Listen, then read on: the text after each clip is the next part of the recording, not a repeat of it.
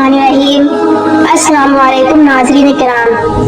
कुरान करीम में हज़रत आदम अलैहिस्सलाम के पहले दो बेटों का जिक्र मौजूद है, मगर कुरान करीम में उनका नाम जिक्र नहीं किया गया। अलबत्ता बाज़ अहादीस मुबारका में हमें उनके नाम मिलते हैं। हदीस शरीफ में उन दोनों का नाम काबिल और हाबिल बयान किया गया है। चुनांचा बड़े भाई का नाम काबिल था और छोटे भाई का नाम हाबिल था। हजरत आदम अलैहिस्सलाम और हजरत हव्वा अलैहिस्सलाम जब जमीन पर उतार दिए गए तो मंशाए इलाही में इस जमीन पर इंसानों को पैदा करना था। तो इंसानी आबादी के अजाफे के लिए सुन्नतुल्लाह यानी अल्लाह का तरीका इस तरह जारी हुआ कि हजरत हव्वा अलैहिस्सलाम को एक वक्त में लड़का और लड़की दोनों पैदा होते थे और इन बच्चों के आपस में निकाह का ये दस्तूर बनाया गया था कि पहली मर्तबा पैदा होने वाले जुड़वा लड़की और लड़के का निकाह दूसरी मर्तबा पैदा होने वाले जुड़वा लड़की और लड़के के साथ कर दिया जाता था। ये उस वक्त का शरई दस्तूर था और इसी शरई दस्तूर के मुताबिक काबिल और हाबिल की शादी का मसला पेश आया। काबिल उम्र में बड़ा था और उसकी बहन यानी वो लड़की जो काबिल के साथ पैदा हुई थी हाबिल की बहन से बहुत ज्यादा हसीन और जमील थी। काबिल ये चाहता था कि अपनी जुड़वा बहन से खुद ही निकाह कर ले, मगर दस्तूर के मुताबिक ये हक हाबिल का था कि वो काबिल की बहन से शादी करे। जब ये कशमकश तवील हो गई तो हजरत आदम अलैहिस्सलाम ने वही इलाही की हिदायत पर इस मसले का इस तरह फैसला दिया कि दोनों बेटे अपनी अपनी कमाई से अल्लाह की बारगाह में कुर्बानी पेश करें। जिसकी कुर्बानी कबूल हो जाए वही अपना इरादा पूरा करने का मुस्तहिक होगा।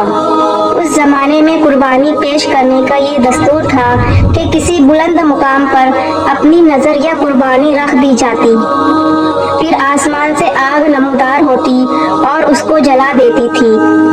ये अलामत कुर्बानी के कबूल हो जाने की समझी जाती थी।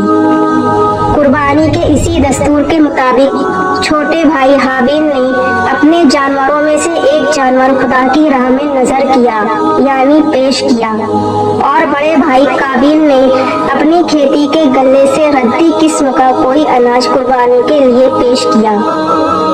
जब दोनों ने अपनी अपनी कुर्बानी एक बुलंद पहाड़ पर रख दी तो आसमान से आग नमूदार हुई और छोटे भाई हाबिल की कुर्बानी को जला दिया और काबिल की कुर्बानी वैसे ही पड़ी रही। इस तरह अल्लाह पाक का फैसला जाहिर हो गया कि हाबिल हक पर है और काबिल जुल्म और नाहक पर। लेकिन काबिल ने अल्लाह के इस फैसले को कबूल ना किया, अपने छोटे भाई हाबिल का दुश्मन बन गया। इसी बुग़्ज़ और अदावत ने काबिल को इस हद तक पागल बना दिया कि वो अपने हक परस्त भाई को कत्ल करने की फिक्र में पड़ गया। बिलाखिर काबिल ने अपनी हरकतों से ये जाहिर कर दिया कि वो किसी भी वक्त हाबिल को कत्ल कर देगा। हाबिल को जब इसकी इत्तला मिली तो वो इस गुनाह के तस्वुर से कांप गया और अपने तकवा और नेकी को बाकी रखने के लिए अपने जालिम भाई से कहा कि तेरी जो मर्जी हो वो कर ले, मैं तो इस गुनाह में खुद को शामिल नहीं करूँगा। मतलब ये कि अगर तू मुझे कत्ल करने के लिए मुझ पर हाथ उठाएगा तो मैं तुझे कत्ल करने के लिए तुझ पर हाथ नहीं उठाऊंगा। और रहा कुर्बानी वाला मामला तो वो वाज़ेह है कि अल्लाह पाक नेक और हक परस्त इंसानों ही की कुर्बानी कबूल करते हैं। यानी अगर तेरी कुर्बानी कबूल नहीं हुई तो इसमें मेरा कोई कसूर नहीं है, बल्कि तुझ में तकवा ही नहीं है। लिहाजा मेरी जान की बजाय तुझको अपने अंदर तकवा पैदा करने की फिक्र करनी चाहिए और कुर्बानी के इस इम्तिहान से तुझको हिदायत और नसीहत हासिल करनी चाहिए। यही दुनिया और आखिरत की कामयाबी का जरिया है।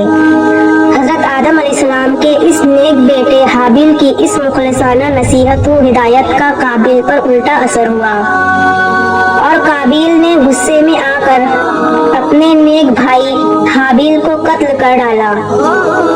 उस वक्त हाबिल की उम्र 20 साल थी। रूए जमीन पर उस वक्त तक इंसानी कत्ल का हादसा नहीं हुआ था और गालिबन ये दुनिया की पहली मौत भी थी। इंसानी नस्ल का ये पहला नाहक कत्ल था। मजलूम हाबिल की लाश जमीन पर पड़ी रही। जब काबिल का जुनून इंतकाम ठंडा हुआ तो उसे ये फिक्र हुई कि अपने इस बुरे अमल को किस तरह छुपाए। काबिल अपने मजलूम भाई हाबिल की लाश को पीठ पर लिए फिरता रहा। उसे कोई तदबीर समझ में न आई कि क्या करे। तब अल्लाह ताला ने मदद फरमाई और काबिल ने एक कौवे को देखा कि वो जमीन कुरेद कुरेद कर गड़ा बना रहा है। इसके बाद एक मुर्दा कौवे को इसमें छुपा दिया। काबिल ने ये सब देखा तो उसे एहसास हुआ कि मुझे भी ऐसा ही करना चाहिए। चुनांचा जमीन खोदकर उसने अपने भाई की लाश को छुपा दिया और इस तरह मुर्दा जिस्म से छुटकारा पाया। चुनांचा हदीस शरीफ में आता है कि हमारे प्यारे नबी करीम सल्लल्लाहु अलैहि वसल्लम ने इरशाद फरमाया कि दुनिया में जब भी कोई नाहक कत्ल होता है तो उसका गुनाह हजरत आदम अलैहिस्सलाम के बेटे काबिल की गर्दन पर जरूर पड़ता है। यानी हर नाहक कत्ल का गुनाह काबिल को भी मिलता है, इसलिए कि वो पहला शख्स है जिसने जालिमाना कत्ल की इब्तिदा की है और ये नापाक तरीका जारी किया। नाजरीन, इंसान को अपनी जिंदगी में हरगिज ऐसा काम नहीं करना चाहिए जो आइंदा आने वाले बुरे लोगों के लिए मिसाल और नमूना बने। वो इसलिए कि गुनाह तो गुनाह है, लेकिन गुनाह की ईजाद भी इस गुनाह के ईजाद करने वाले के लिए सामान्य जहन्नम फराहम करती रहेगी। अल्लाह पाक से दुआ है कि अल्लाह पाक हम तमाम लोगों को हर छोटे और बड़े गुनाह से महफूज फरमाए।